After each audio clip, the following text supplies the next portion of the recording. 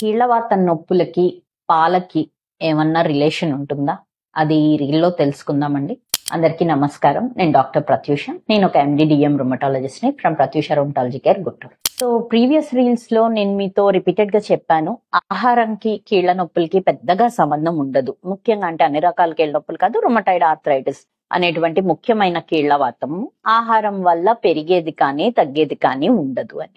అయితే చాలా మంది మమ్మల్ని కామన్ గా అడిగేది రెండు రకాల డౌట్స్ అడుగుతారండి పాలకి సంబంధించి. సో కామన్ నాలెడ్జ్, పాలల్లో కాల్షియం ఎక్కువ ఉంటుంది, పాలు తీసుకోవటం వల్ల బోన్ స్ట్రెంగ్త్ అనేది పెరుగుతుంది.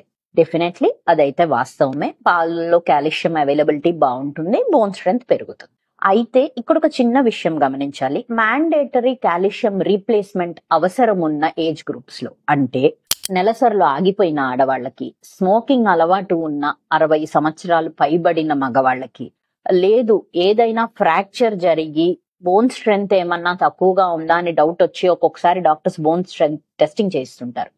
తద్వారా బోన్ స్ట్రెంగ్త్ తక్కువ ఉందని తెలిసిన పేషెంట్స్ కి కానీ ఒక్క పాలు తీసుకోవటం వల్ల కాల్షియం బిళ్ళల్ని రీప్లేస్ అయితే చేయలేమండి. సో నేను సరదాగా నా పేషెంట్స్ కి చెప్తూ ఉంటాను, కొంతమంది అడుగుతారు నాకు కాల్షియం బిళ్ళలు రాయొద్దు మేడం, నేను పాలు తీసుకుంటాను అని. సో ఒక 500 mg కాల్షియం మీకు టాబ్లెట్ లో ఉన్నంత పాలు మీరు తీసుకోవాలంటే 10 నుంచి 12 గ్లాసుల పాలు రోజు తాగాలి. సో అది సాధ్యపడే విషయం కాదని మనందరికీ తెలుసు.